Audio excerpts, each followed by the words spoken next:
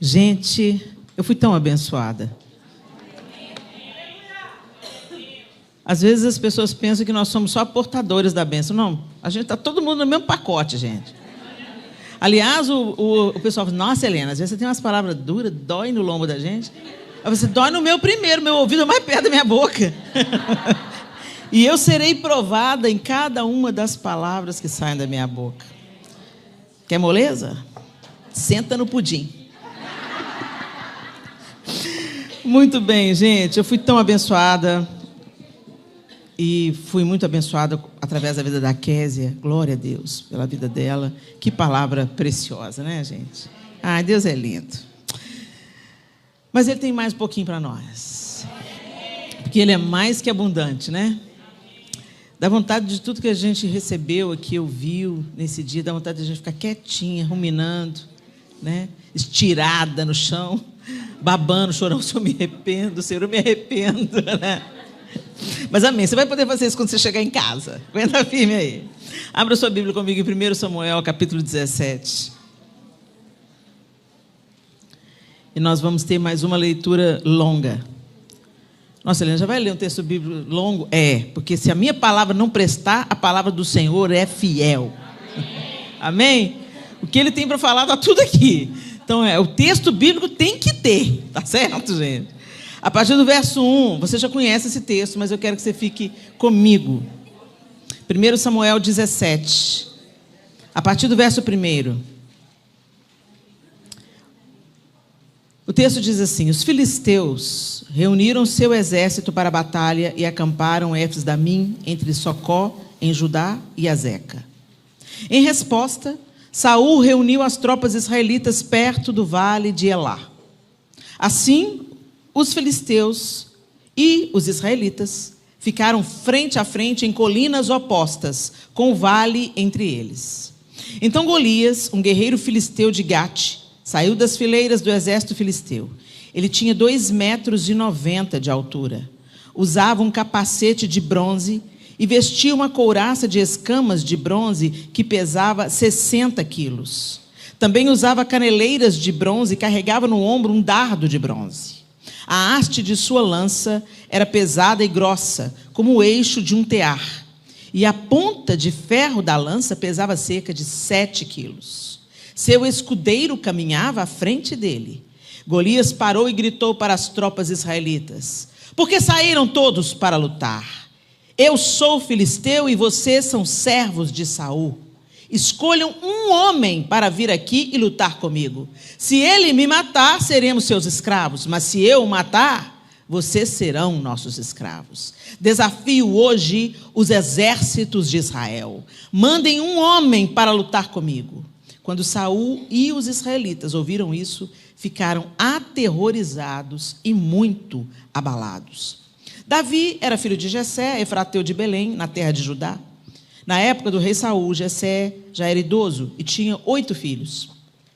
Os 3 filhos mais velhos de Jessé, Eliabe, Abinadab e Simeia, haviam se alistado no exército de Saul para lutar contra os filisteus. Davi era o mais novo.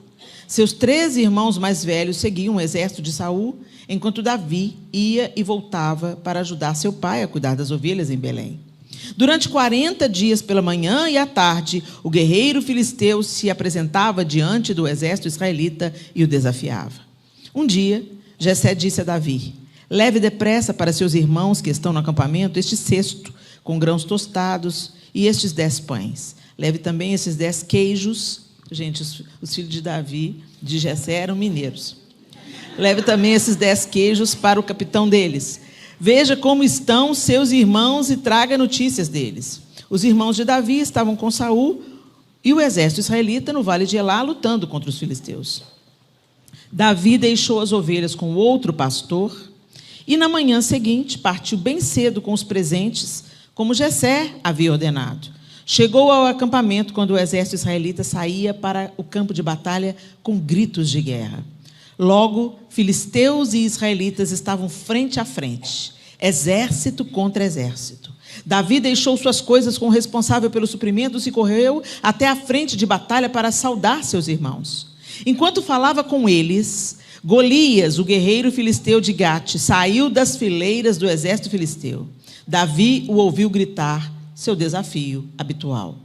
Quando os israelitas viram Golias, começaram a fugir apavorados.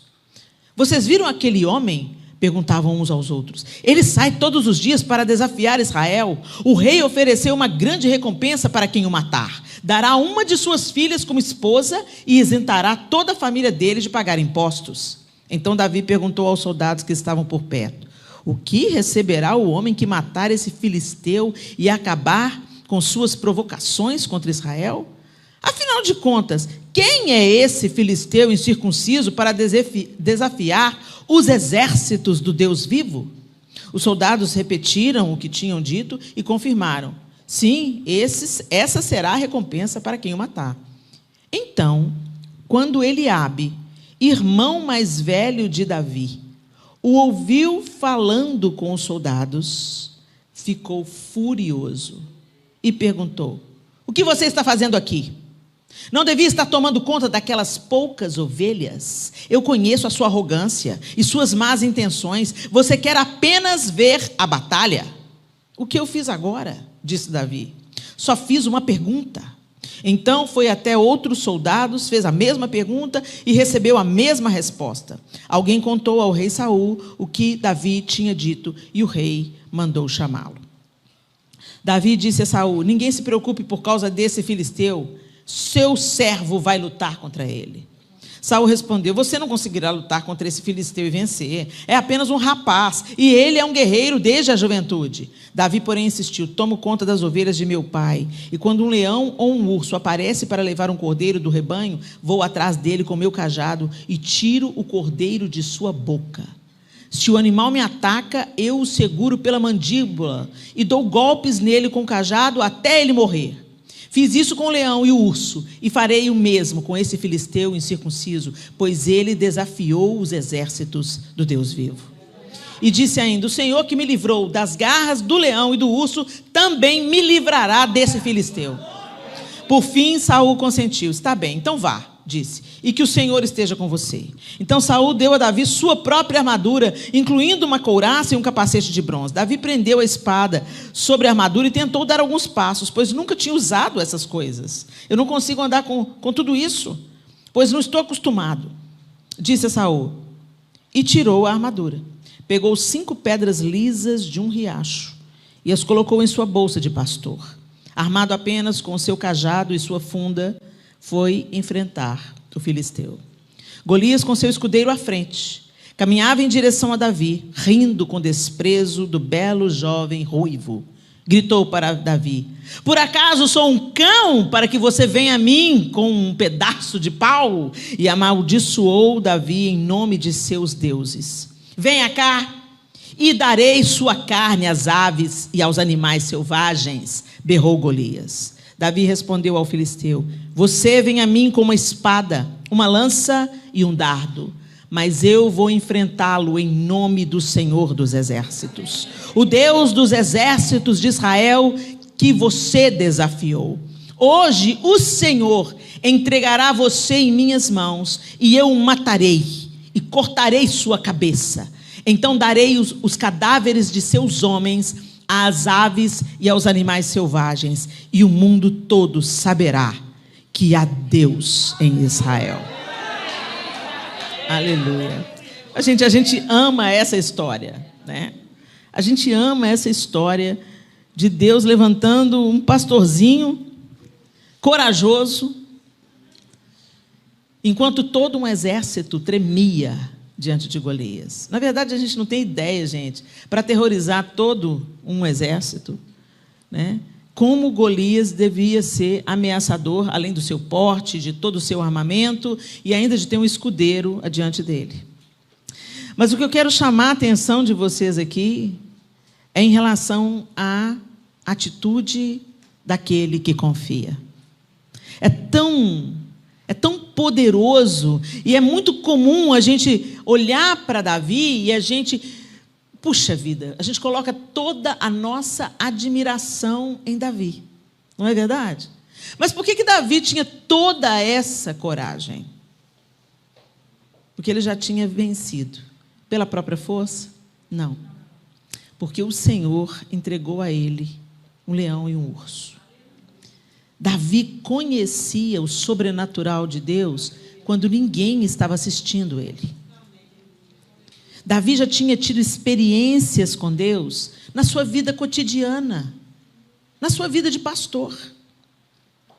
Mas antes de enfrentar Golias, ele enfrentou Eliabe. Antes de Deus nos colocar em determinadas batalhas, você vai ter que vencer a batalha dentro da sua casa, no meio da sua família. E quando eu falo essa palavra, imediatamente você se coloca no lugar de Davi. Tomara Deus que você não seja Eliabe. Porque Eliabe, todas as vezes que eu me deparava com esse texto, eu pensava, gente, o que deu em Eliabe? Que coração peludo. O irmão dele foi no fronte de batalha a pedido do pai, para levar suprimentos para os irmãos, para o chefe da guarda, e levar notícias, dar notícias para aliviar o coração de Jessé. O que está acontecendo? Já tem 40 dias que esse exército está lá. Como é que está a batalha? Davi, vai lá, traz notícia dos seus irmãos para mim. Está todo mundo vivo? Imagina o coração aflito de Jessé. Davi deixou as ovelhas, deixou a sua função e foi atender ao pedido do pai. Tudo certo até aí, gente? Tudo certo até aí. Mas quando ele chega lá e ele começa... Gente, tem um carro ali que está impedindo o outro a sair, o carro do vizinho. AL 42LB. Por favor, o dono do carro, a dona do carro, se estiver aqui, tire o carro, por favor. AL 42LB. Que carro que é? Porque tem mulher que não lembra a placa do carro.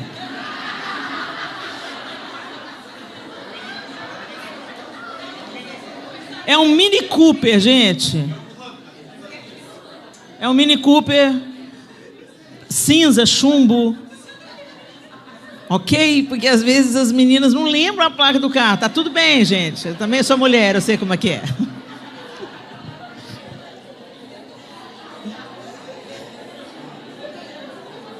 Vai logo, mulher. Seja uma bênção na vida do vizinho.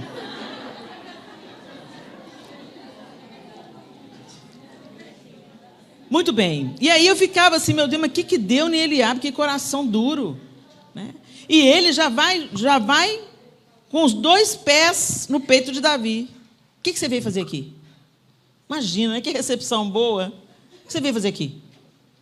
E onde você deixou aquelas poucas ovelhas no deserto? Desprezando aquilo que o irmão fazia.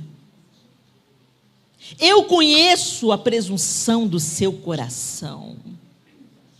A grande presunção, o grande orgulho de Davi foi lá ver a batalha. Que você veio aqui para ver a batalha. Faz algum sentido?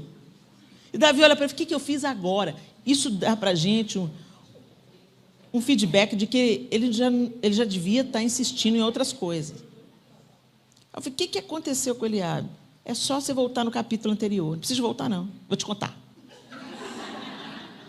No capítulo anterior, no capítulo 15, Deus rejeita Saul e manda Samuel a Belém para ungir um novo rei dentre os filhos de Jessé. Samuel vai e Samuel chega na casa de Jessé. E Jessé, cadê seus filhos? Vem aqui ungir um novo rei. Imagina, está lá com o óleo no chifre. Aí entra Eliabe.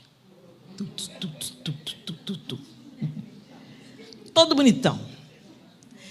Gente, Eliabe devia ter porte de rei, porte de guerreiro, e ele era do exército, né? Tanto que Samuel botou os olhos em Eliabe e falou, eis aí o ungido do Senhor. E o Senhor, não. Você está tentando para aparência, Samuel, mas eu olho o coração. E eu rejeitei a Eliabe. Não interessa se Eliabe é guerreiro, não interessa se ele tem porte de rei. Gente, o comparativo que Samuel tinha era Saul. Então, acho que na cabecinha de Samuel, ele pensava assim, não, se Deus vai levantar um rei para ocupar o lugar de Saul, então tem que ser um cara top igual Saul. A Bíblia diz que Saul se destacava acima do povo, dos ombros para cima, o cara era alto, o cara tinha porte. Então, eu imagino que também Eliabe, se não estava do mesmo tamanho, estava ali. Então, eu fico imaginando que ele entrou. Quando Samuel, aí você pensa, o Senhor fala isso para Samuel, Samuel olha. Samuel já devia ter se até buchado, né? Eis aí, ungido do Senhor. Aí o Senhor fala, não, né? Não é esse, não. Não é Eliabe, não. Abinadab, então? Não, também não é esse, não. Simeia? Não. Mais 4, não. 5, o quinto? Não. 6, não. 7, não. Acabou. Não tem mais nenhum? Tem. O menino. Manda buscar lá. Aí você entende. Imagina o ódio de Eliabe quando entra Davi e Samuel fala, é esse aí. Eu fico imaginando, gente, Davi, a minha imaginação é muito fértil, sabe, gente? E eu fico imaginando Davi chegando, quase um catarrento. Eu fico imaginando Davi chegando, com aquele cheiro de ovelha, vermelho, porque ele era ruivo, vermelho do sol, do calor de Israel, todo poeirado, todo meio encardido, assim, entendeu? Os cabelos desgrenhados. Oi, pai! Oi! Você mandou me chamar?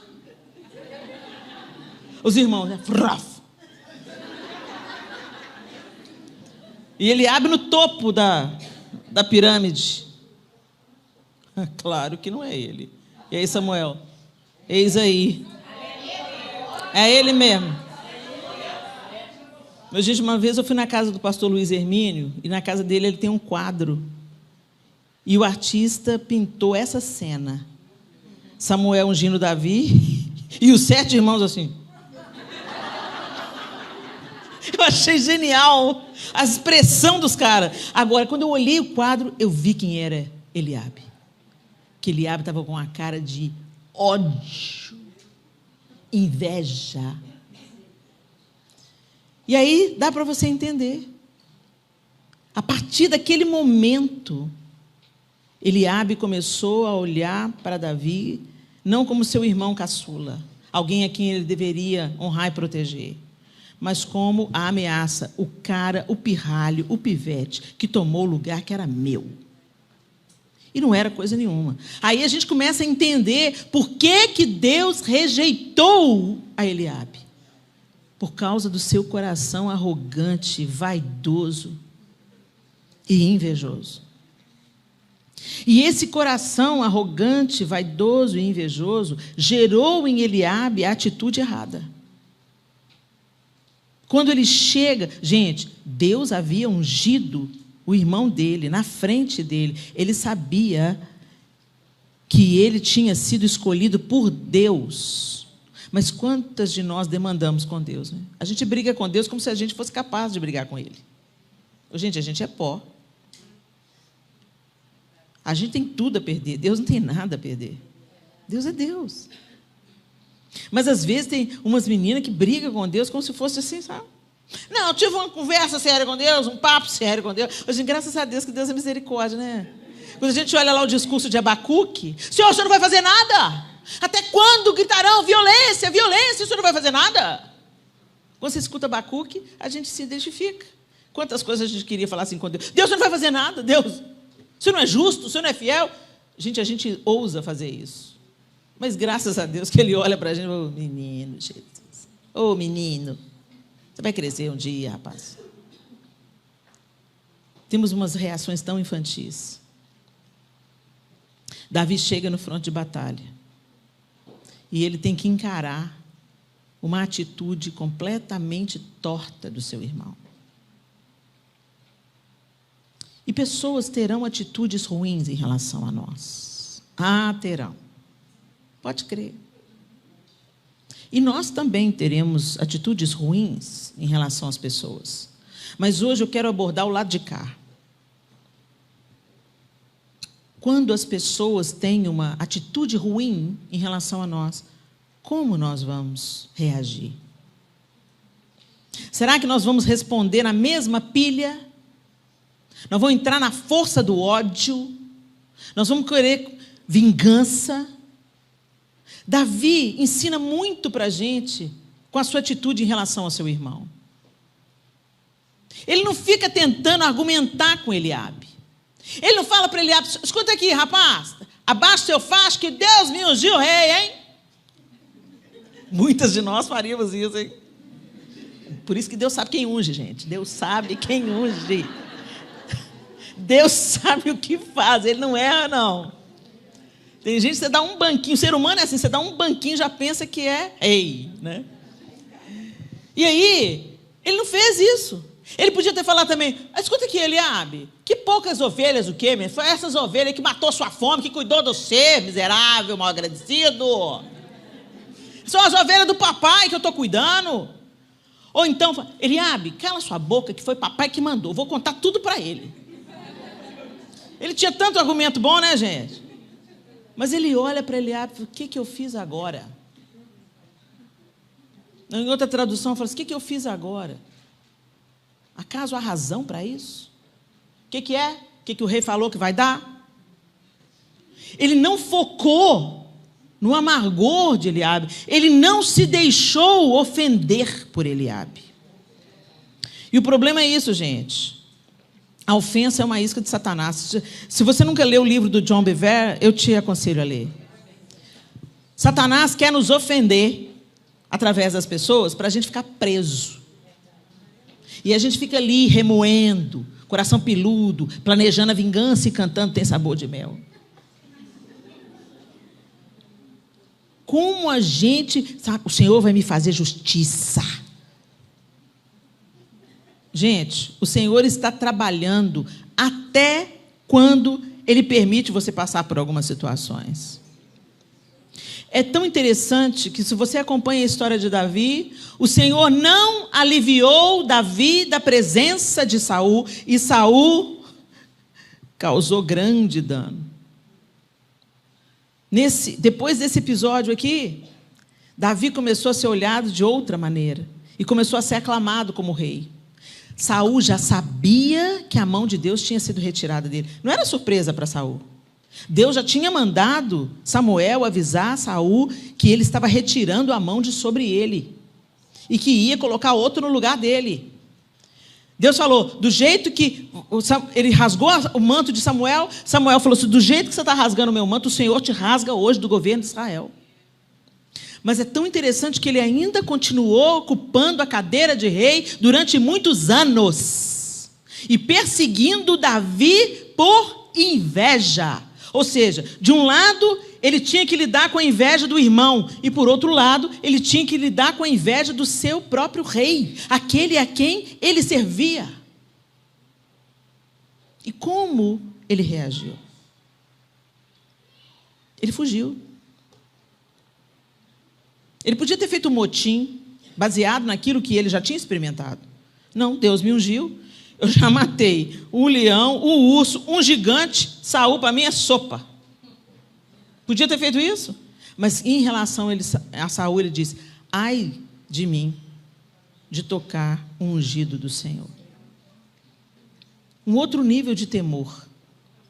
E muitas vezes ele teve que relevar a loucura de Saul. Muitas vezes. Quando você vai lendo a história, é uma insensatez atrás de outra insensatez.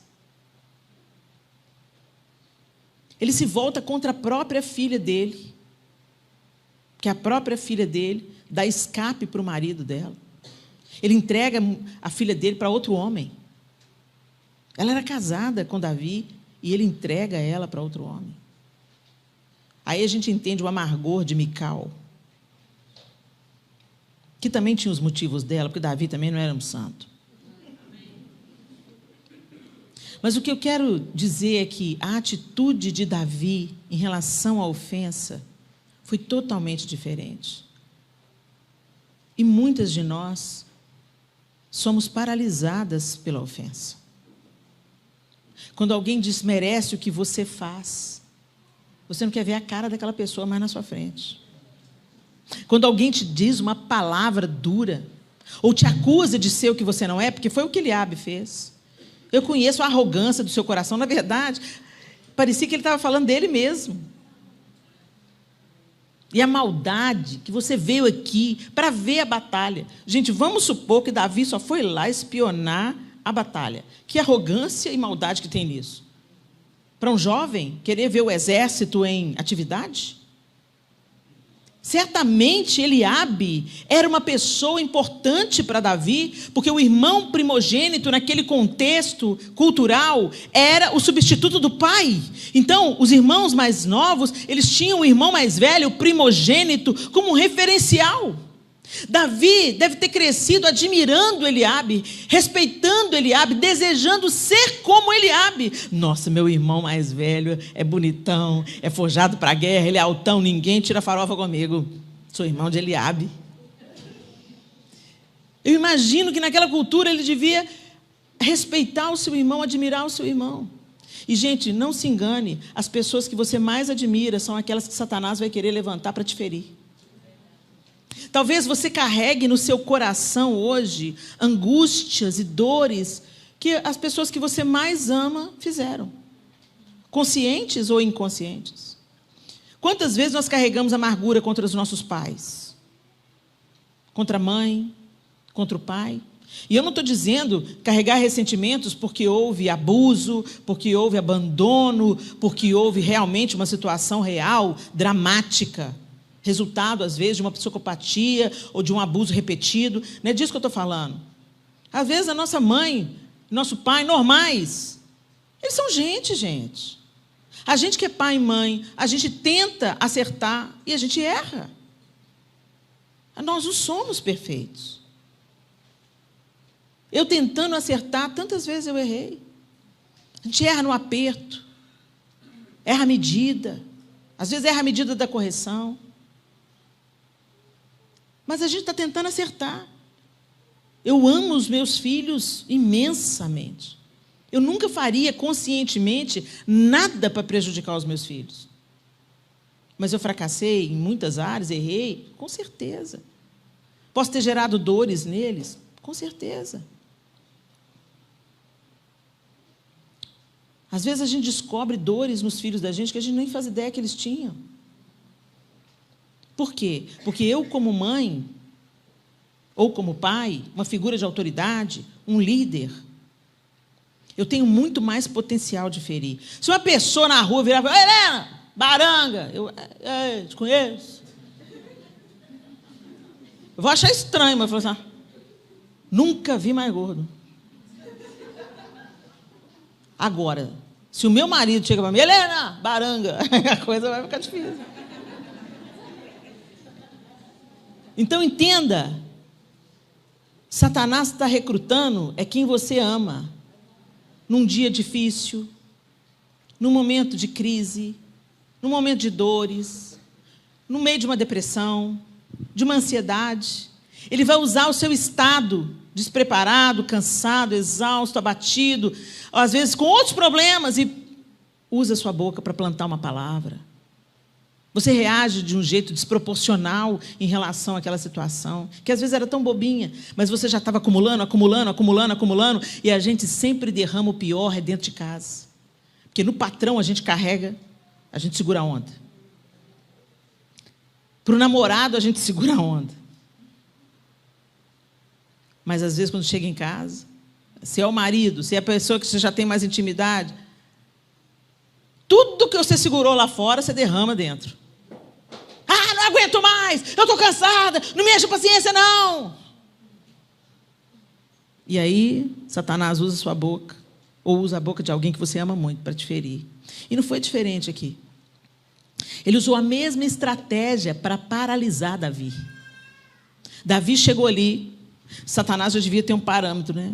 Um panorama do que Deus ia fazer, porque a partir do momento que Davi foi ungido por Deus para ser rei sobre Israel, e Satanás já devia saber nessas alturas do campeonato que o Messias viria da linhagem de Davi, pensa.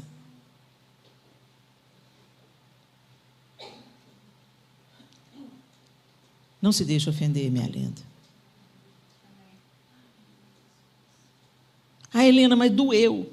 Doeu por 2 motivos. Ou é verdade, ou é mentira. E justamente por esses motivos a gente não devia se afligir. Se é verdade, melhore. Não é? Se o que a pessoa está dizendo pode te ferir, mas é verdade? Então melhore. Não se ofenda, melhore. Agora, se é mentira, é mentira. Está tudo bem. Bobinha. Ele não sabe de nada. Ele está falando, está tentando te intimidar. Mas não, a gente leva, porque a gente quer estar bem na fita. A gente se preocupa muito com a nossa reputação, né?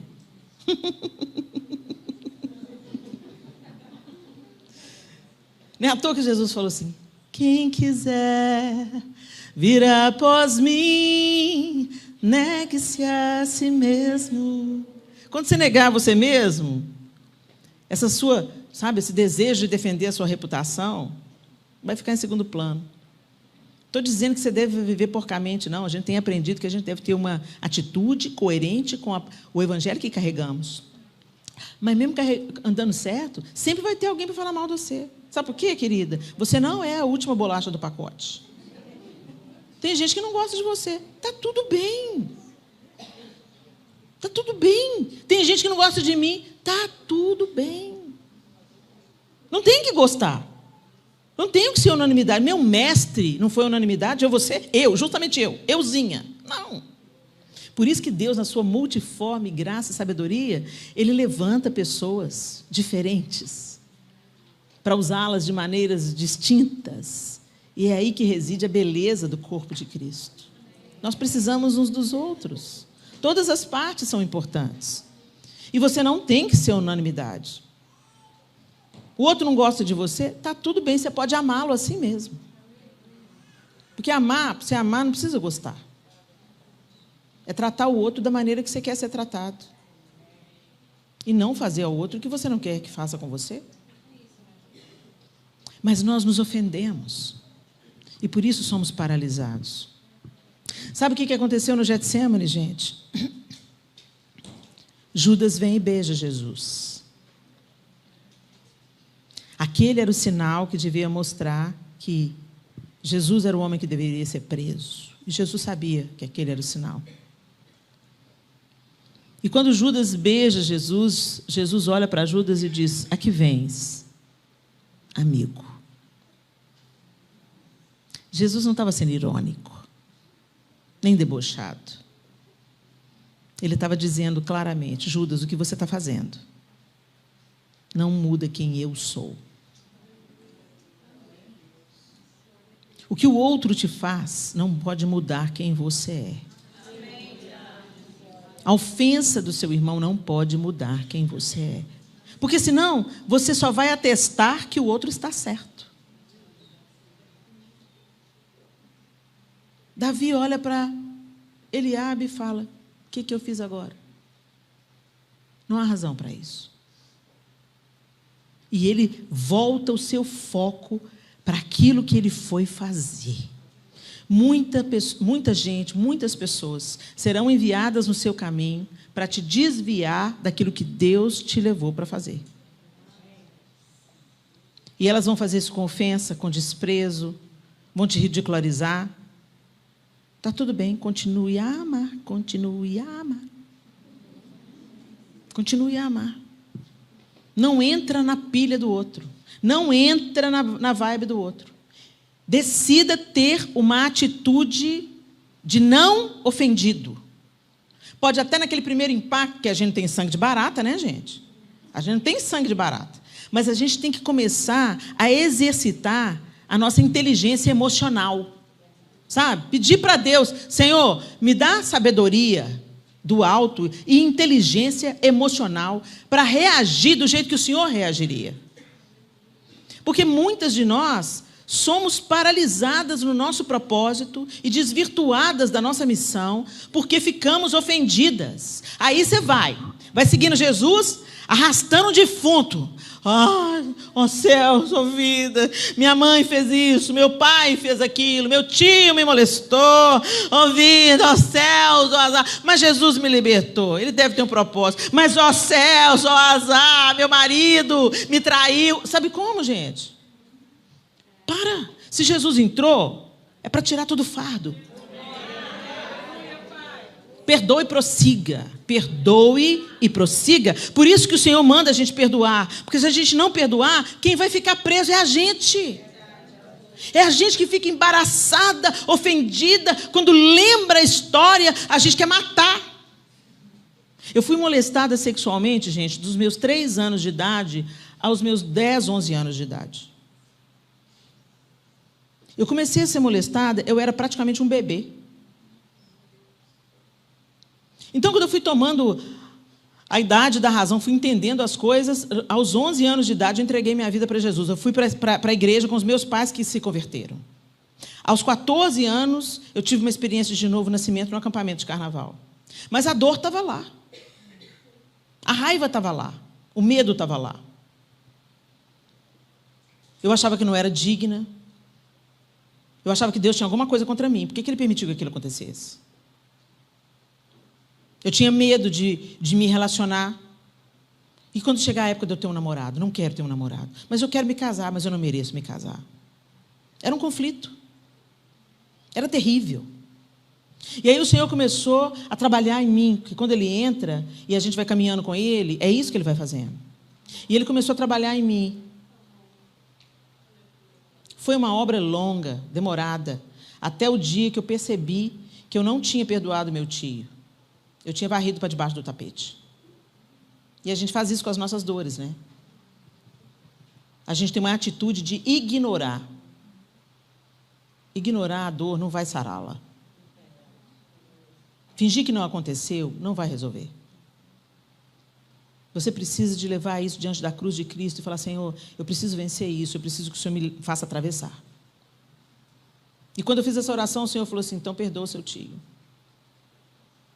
Perdoar o meu tio? Vai dar não, Jesus. Não tem sangue de barata. Isso deformou toda a minha vida.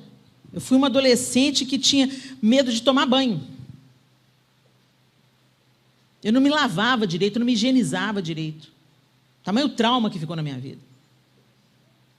Quando eu comecei a namorar com o João, que foi meu primeiro namorado, e o namoro foi ficando sério, eu fui ficando apavorada, porque eu pensei, vou ter que contar para ele o que eu vivi.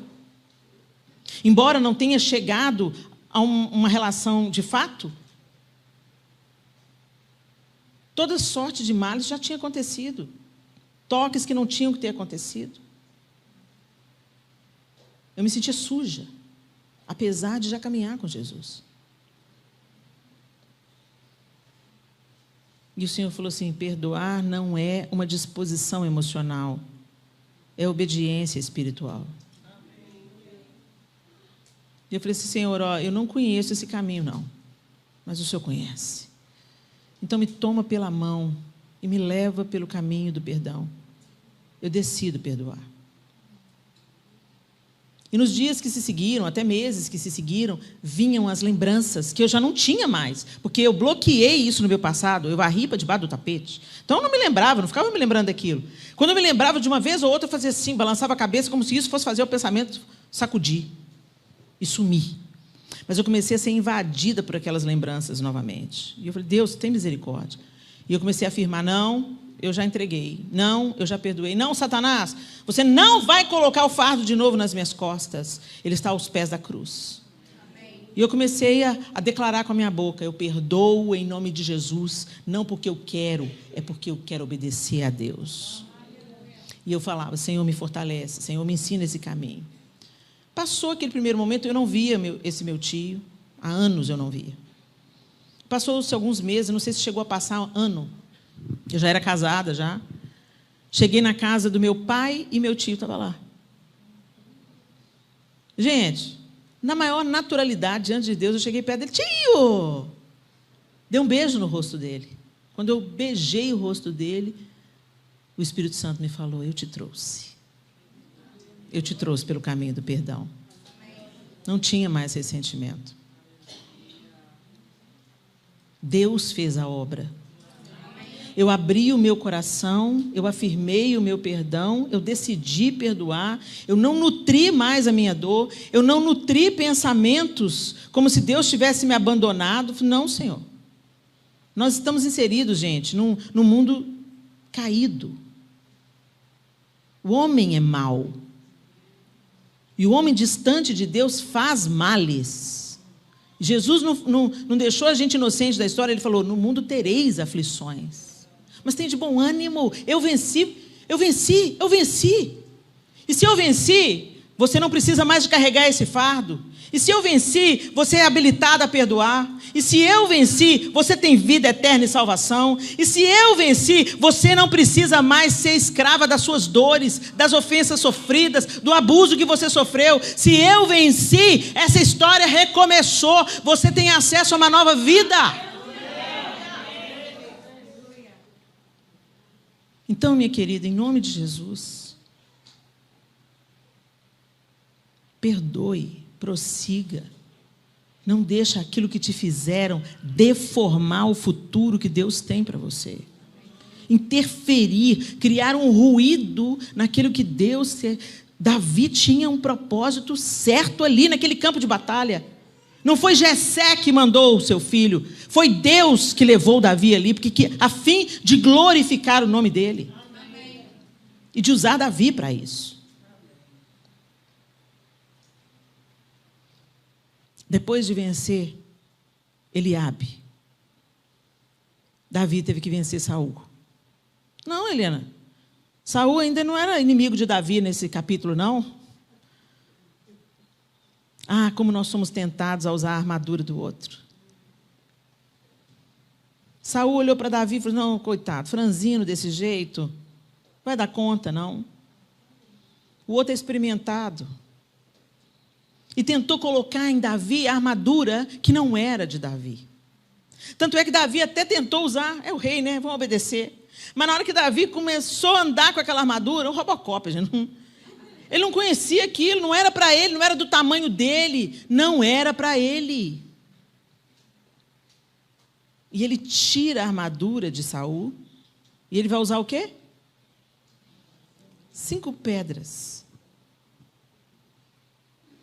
A ferramenta que ele já conhecia. A ferramenta que ele dominava desde criancinha. Deus já te deu tudo que você precisa para o propósito que Ele tem. Já está aí. Ou Deus pode acrescentar alguma coisa? Pode. Ele pode acrescentar. Mas o fundamental você já tem. O que você precisa para cumprimento daquilo que Ele tem para você, você já tem.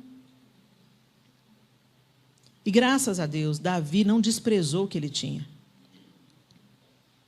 A gente tem uma tendência e uma atitude de apreciar muito o que o outro tem, enquanto a gente despreza o que Deus deu para a gente. Mas o que você tem é o que você vai precisar. Imagina se Davi pensasse, não, olha, a armadura, não era uma armadura de qualquer pessoa, gente, era a armadura do rei. E eu fico imaginando pela estatura de Saul em relação a Davi, devia ficar uma coisa bem esquisita mesmo. Mas ele podia pensar, não, mas aí vai me proteger mais ainda, vai proteger não só o meu peito, mas até o meu joelho. Não, ele não tentou, ele não insistiu, ele tirou aquela armadura e ele tinha consciência de que não era, que o poder não estava nas pedras, mas naquele que o ensinou a usar as pedras. Tanto é que ele fala, você vem contra mim com lança, com espada, mas eu vou contra você em nome do Senhor dos Exércitos, que vai me entregar nas mãos. A confiança de Davi não estava naquilo que ele podia fazer. A confiança de Davi estava no poder de Deus que ia fluir através daquilo que ele já tinha. Gente, e cá entre nós, tinha que ser pedra. Vocês lembram do escudeiro? Se ele fosse com a armadura, primeiro ele tinha que lutar com o escudeiro. Vencer o escudeiro para chegar até Golias. Certo ou errado? Com a pedra e a funda, que ele manejava muito bem, não precisava. Ele só mirou, preparou.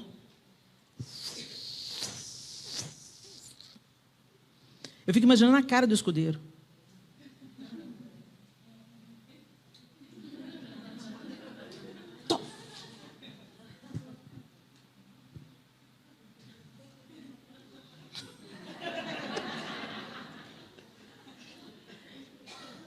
Mas não acabou por aí, não.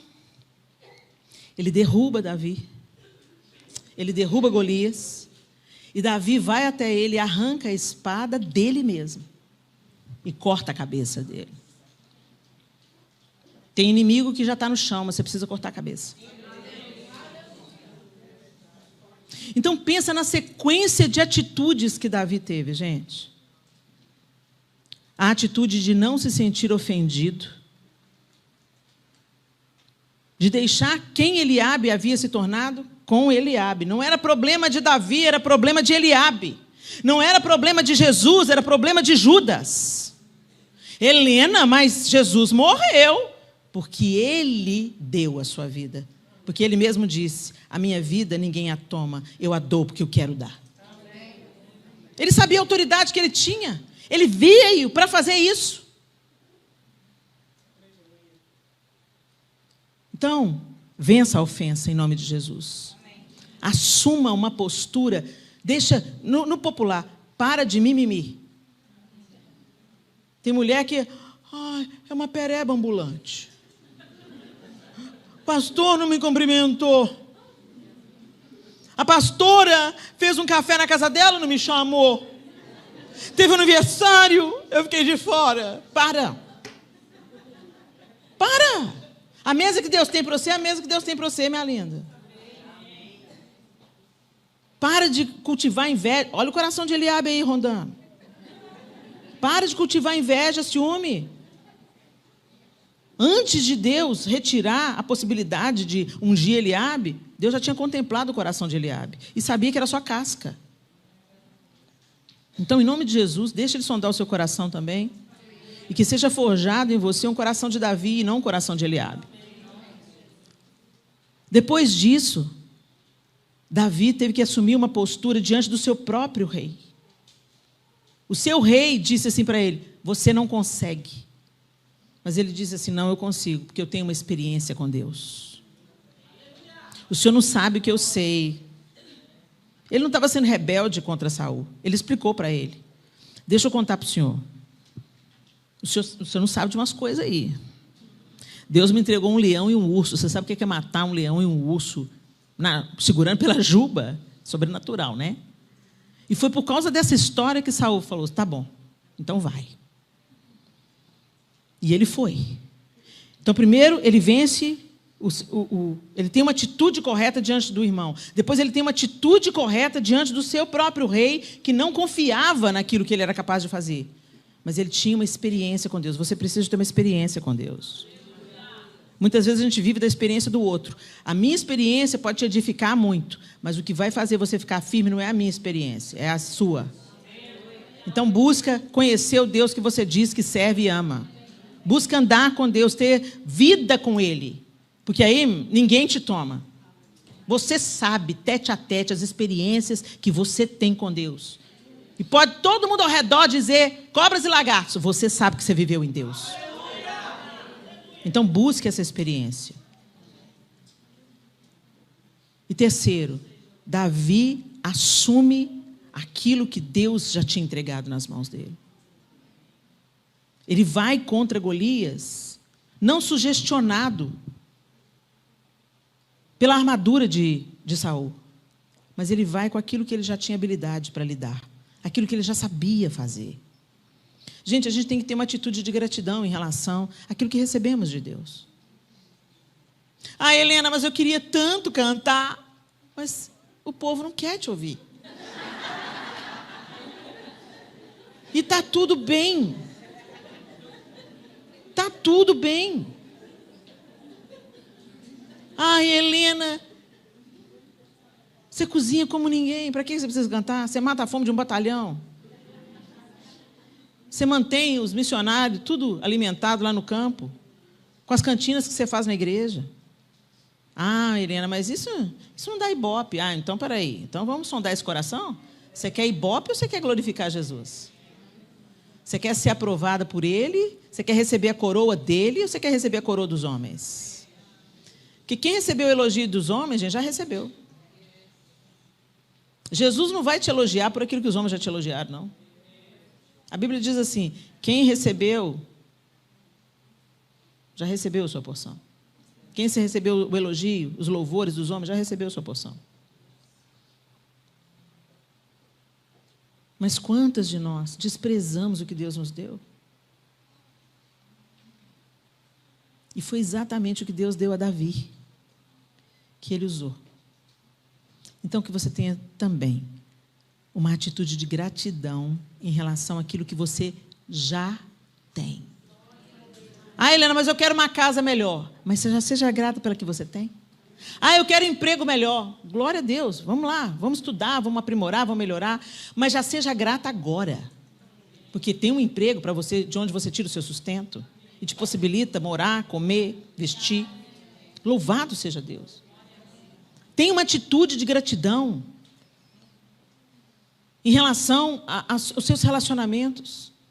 O meu marido não é tudo aquilo que eu queria. Você também não é tudo aquilo que eu queria, bem.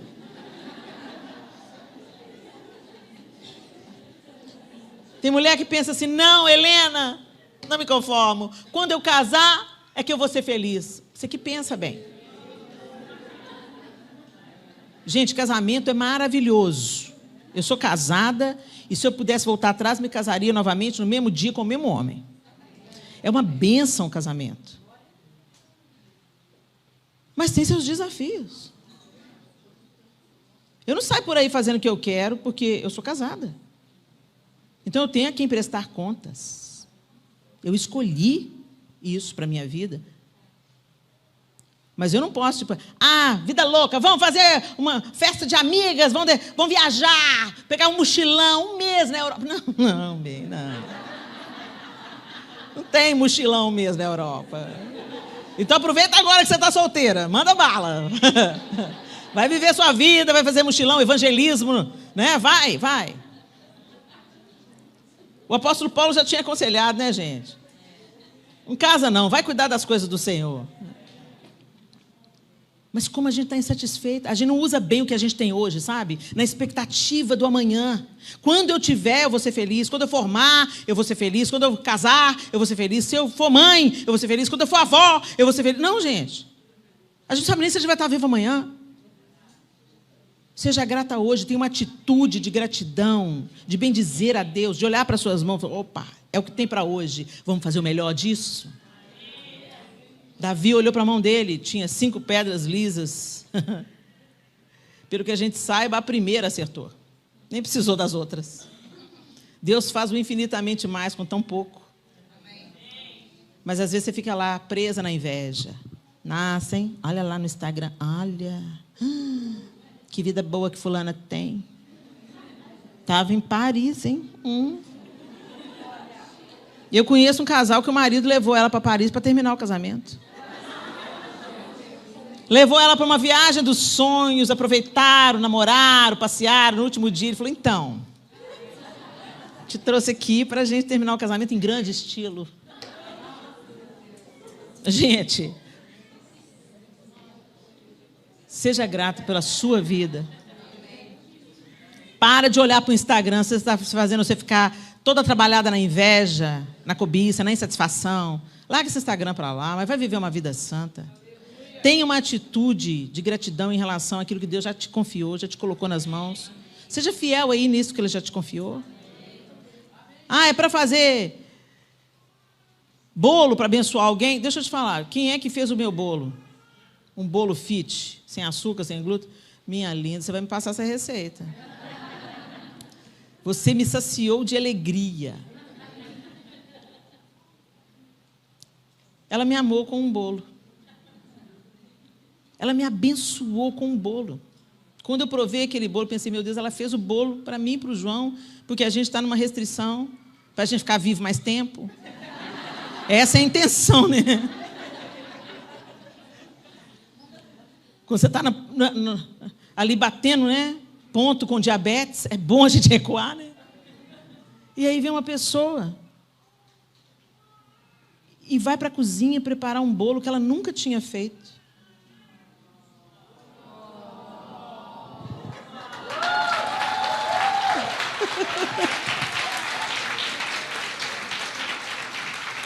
Eu quero fazer um bolo, mas tem que ser um bolo sem açúcar, sem glúten, sem lactose. Pastora, nunca fiz.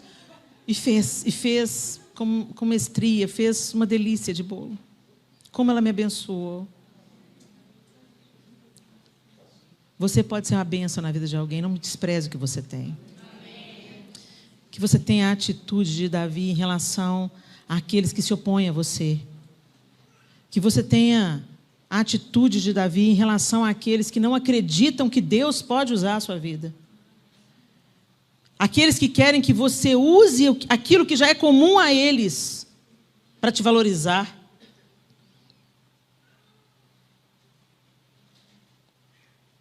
Que você tenha a atitude de Davi diante dos seus gigantes.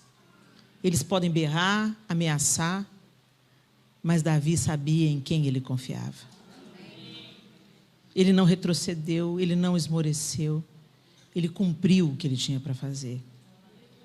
Que haja em cada uma de nós essa atitude, frente aos gigantes da vida. Amém? Amém. Feche os seus olhos.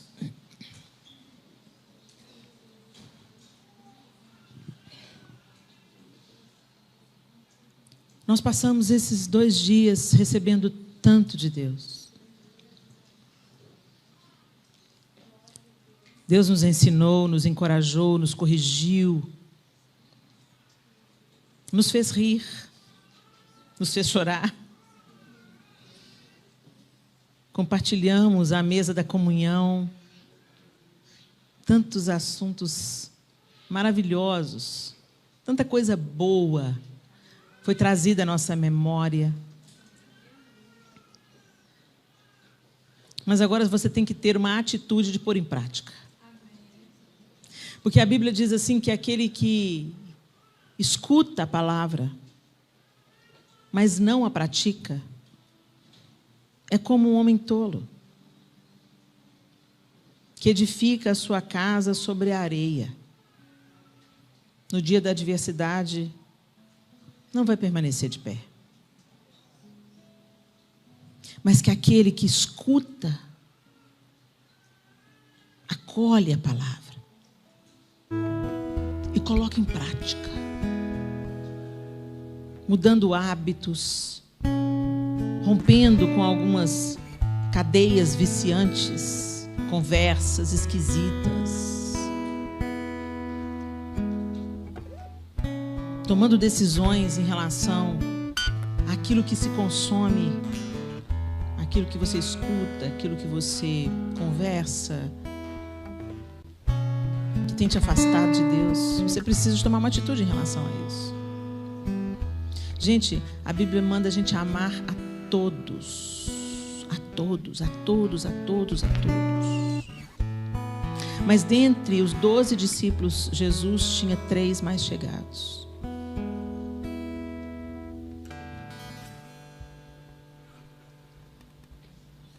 Tem gente que é para você amar, minha linda. Servir. Mas não é para você abrir o seu coração. Não é para você aceitar o conselho. Tome conselho de gente que está vivendo aos pés do Senhor, que tem testemunho de Cristo. Não abra o seu coração levianamente para qualquer pessoa que se diz seu amigo. Eu não estou dizendo para você ser exclusivista. Eu estou dizendo para você ser sábia e cautelosa. Busque relacionamento com quem também está buscando Jesus. Também está buscando crescer no conhecimento de Cristo. Nem todo mundo que está dentro da igreja quer Jesus.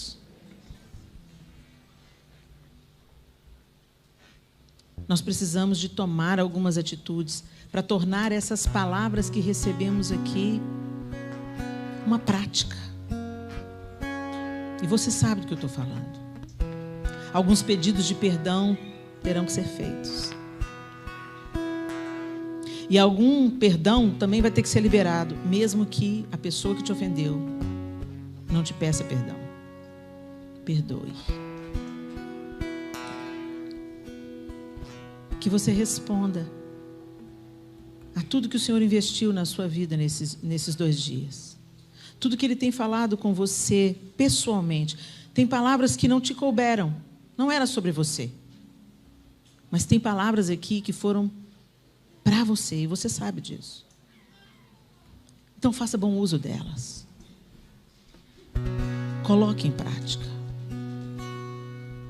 Coloque o celular para despertar, para começar a leitura da palavra. Participe de grupos de estudo da Bíblia. Reative a sua vida de oração. Desacelera um pouco, respira fundo. Confesse tentações para quem pode te ouvir e te aconselhar. É melhor confessar tentações do que confessar pecados. Mas se o pecado já aconteceu, peça perdão e recomece. Que o Senhor nos leve a uma vida frutífera. Mas para isso, a mesa está posta. O alimento foi disponibilizado. O Espírito Santo já nos foi outorgado. Mas você vai ter que se levantar do seu lugar e se assentar à mesa do Pai. Levar o alimento à boca.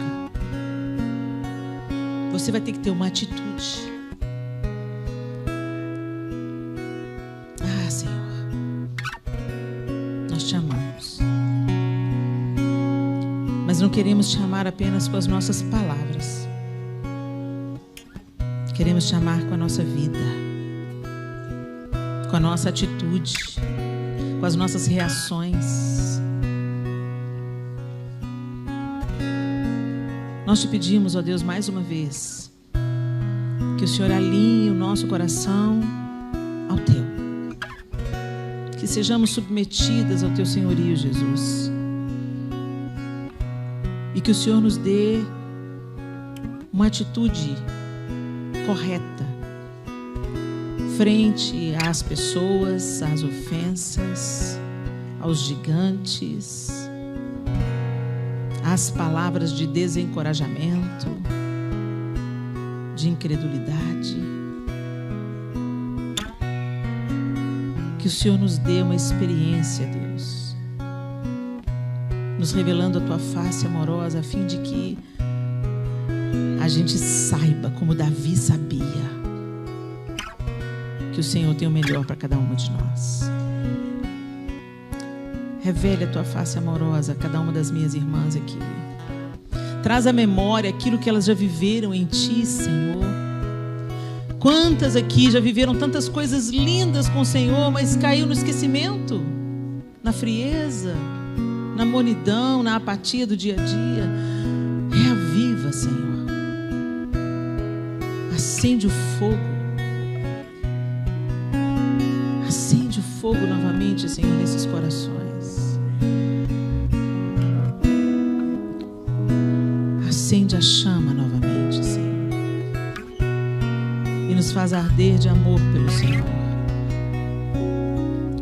Não apenas com as palavras, mas com os pensamentos, as reações, as nossas roupas, com os nossos bens, nos nossos relacionamentos, que em cada atitude, em todo lugar, o seu nome seja glorificado e a sua face seja vista em nós. Em nome de Jesus Cristo. Amém e amém. Que o Senhor te abençoe, minha linda. Que você volte para casa e coloque em prática. Que você seja comparada àquela que constrói a casa sobre a rocha. No dia da adversidade, no dia ruim, e ele chega para todos nós, a promessa é que nós permaneceremos inabaláveis, porque confiamos no Senhor. Deus abençoe vocês.